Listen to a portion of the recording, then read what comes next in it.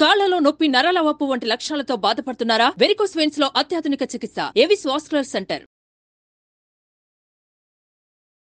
నమస్కారం డాక్టర్ శ్రీ ఆచార్య అనంతకృష్ణ స్వామి గారు. నమస్కారం. ఈ వీడియోలో ఏం చెప్తున్నారు అంటే ఇప్పుడు మనం అనుకున్నాం కదా జీవితం మారడానికి ఎంత టైం పడుతుందని. అప్పుడు ఇక్కడ విచిత్రం ఏంటంటే మారడానికి ఎంత టైం పడుతున్నప్పుడు ఇప్పటివరకు ఏమైందంటే జీవితం చేతుల్లోకి మీరు వెళ్ళిపోయారు. కాబట్టి ఏది ఎలా ఉంటే అలా మీరు వెళ్ళిపోతూ ఉన్నారు. అంటే ఇప్పుడు ఈ దారి ఇటు ఉంది, ఇటు వెళ్ళిపోతున్నారు, ఆ దారి అటు ఉంది, వెళ్ళిపోతున్నారు. ఇప్పుడు పూర్తి చైతన్యంతో మీరు ఉంటే మీరు దేన్నైనా మార్చగలరు, మీరు దేన్నైనా ఇవ్వగలరు. అర్థమైందా? పూర్తి చైతన్యంతో మీరు ఉంటే మీరు దేన్నైనా ఇవ్వగలరు, దేన్నైనా మార్చగలరు. అలాంటప్పుడు ఇప్పుడు ఏమవుతుందంటే మీరు ఎటు పడితే అటు ఏ దారిలో పోకుండా మీకు సరైన దారి ఎన్నుకోవడం అనేది జరుగుతుంది. అవును, సరైన దారి ఎన్నుకోవాలన్నప్పుడు ఏం చేయాలి? ముందు మీ జీవితాన్ని మీ చేతుల్లోకి తీసుకోవాలి. ఇప్పటిదాకా ఏం చేశారంటే పక్క వాళ్ళ చేతుల్లో పెట్టారు. అర్థమైందా? అంటే ఎవరైతే చెప్తే అది వింటూ వాళ్ళు ఎటు వెళ్ళమంటే అటు వెళ్ళి ఇది బాగుంటుందంటే అది చేసేయడం, అది బాగుంటుందంటే అది చేసేయడం. ఇప్పటిదాకా అలాగే జరిగింది. జీవితం మీ చేతుల్లో లేదు. అందుకే ఇన్ని ఆర్థిక ఇబ్బందులు పడ్డారు, అందుకే ఇన్ని సమస్యలు ఎదుర్కొంటున్నారు మీరు. ఇప్పుడు మనం ఇప్పుడు ఏమంటామంటే ఏకాగ్రతతో కూడిన మనసు ఏదైనా సాధించగలదు.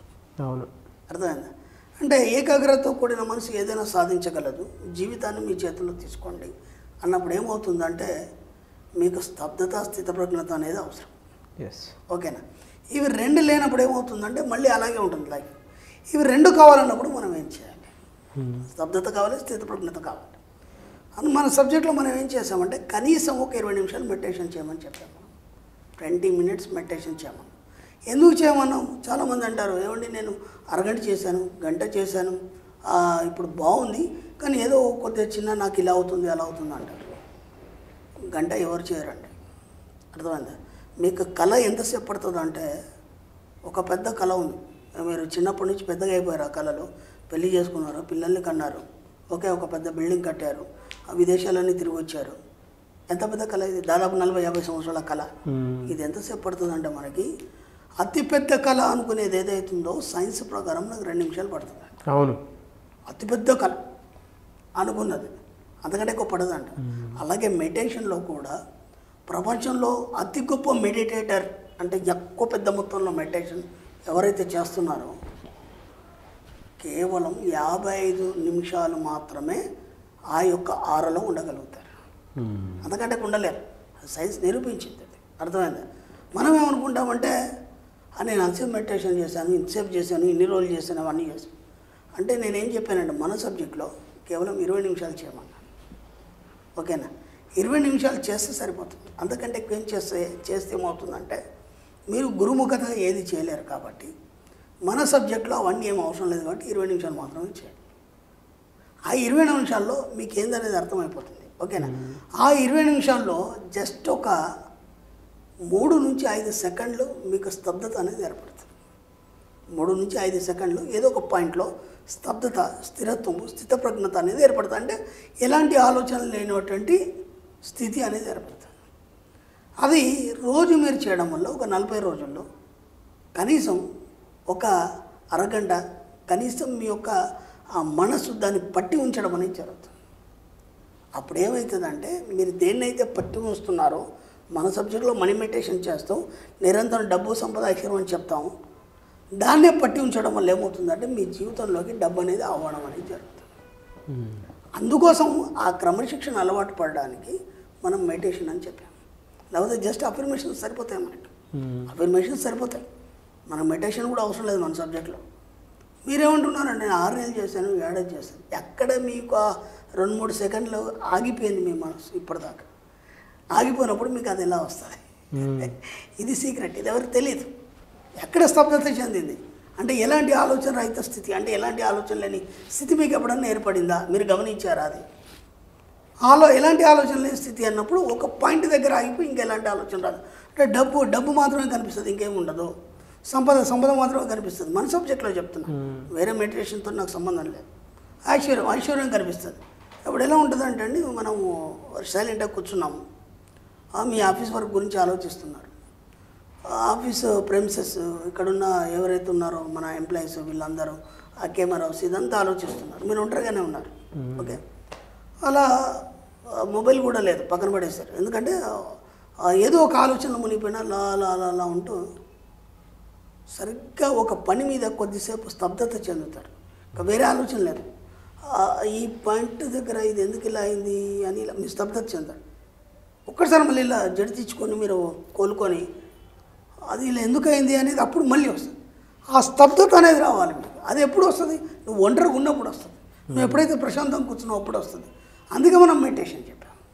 మెడిటేషన్లో ఇంకా మన మాటలు ఏమి ఉండవు కదా, జస్ట్ అది వింటూ మాత్రమే దాని గురించి మాత్రమే ఆలోచిస్తాం. ఆలోచించినప్పుడు ఏదో ఒక పాయింట్ దగ్గర స్తబ్దత వస్తుంది. అలా మన జీవితంలో ఎన్నోసార్లు జరిగి ఉంటుంది. అర్థమైందా? ఆ స్తబ్దత వచ్చినప్పుడు ఏమవుతుందంటే దాన్ని ఏమంటామంటే మనం శూన్యం అంటాం. అక్కడి నుంచి సృష్టి మొదలవుతుంది. మళ్ళీ ఎక్కడైతే శూన్య స్తబ్దత వస్తుందో అక్కడి నుంచి మళ్ళీ సృష్టి మొదలవుతుంది. అంటే మనం కూడా ఏం చెప్పుకుంటామంటే కలియుగం అంతమైపోతుంది, అంతమైపోయిన తర్వాత మళ్ళీ ఒక బిందుతో స్టార్ట్ అవుతుంది. అది కలియుగం అంతం అవడం బిందుతో అవన్నీ పక్కన పెట్టండి. అదంతా జరగని పని. అవన్నీ మనం చూడలేదు, మనకు తెలియదు. మన పెద్దవాళ్ళు చెప్పారు, విన్నాం. ఆ కలియుగం కానీ ఈ అల్లకల్లలో కానీ ఇవన్నీ ఇక్కడనే స్టార్ట్ అవుతాయి. వీటినన్నింటినీ మనం డిలీట్ చేయడానికి ఏం చేస్తామంటే ఆ స్తబ్దత దగ్గర ఆగిపోవడం అనేది స్టార్ట్ చేయాలి.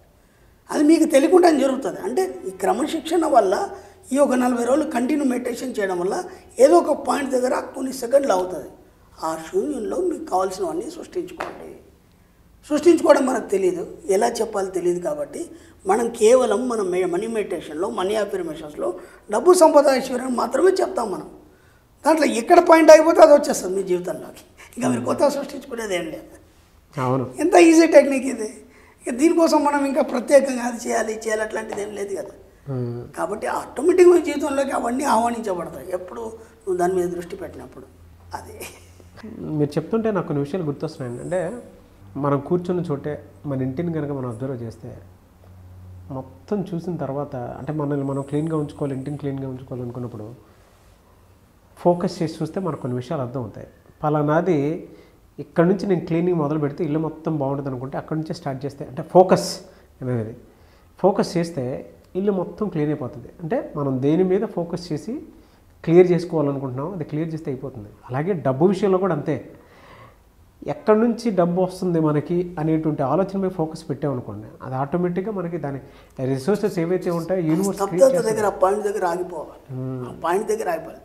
ఇక్కడ మీరు చెప్పిన దానికి నేను చిన్న ఎగ్జాంపుల్ చెప్తే ఇల్లంతా క్లీన్ చేస్తున్నారు. క్లీన్ చేసినప్పుడు దాని మొత్తం మీకు స్ట్రక్చర్ కనిపించింది. ఇంకో విషయం గమనించండి, ఆ ఇల్లంతా క్లీన్ చేసినప్పుడు ఎప్పుడో మన పోయిన వస్తువులన్నీ బయటకు వస్తాయి. అవును, అంటే ఇప్పుడు దాకా మీ మనసులో డబ్బు సంపద ఐశ్వర్యం లేదు, కానీ మీ ఇన్నర్ మైండ్లో ఉంది. ఇప్పుడు దాని మీద ఫోకస్ పెట్టినప్పుడు ఆ పోయిన వస్తువులు ఏవైతే కోల్పోయినారో అవన్నీ ఇప్పుడు మీ జీవితంలోకి వస్తాయి. సింపుల్. డబ్బు కూడా అంతే.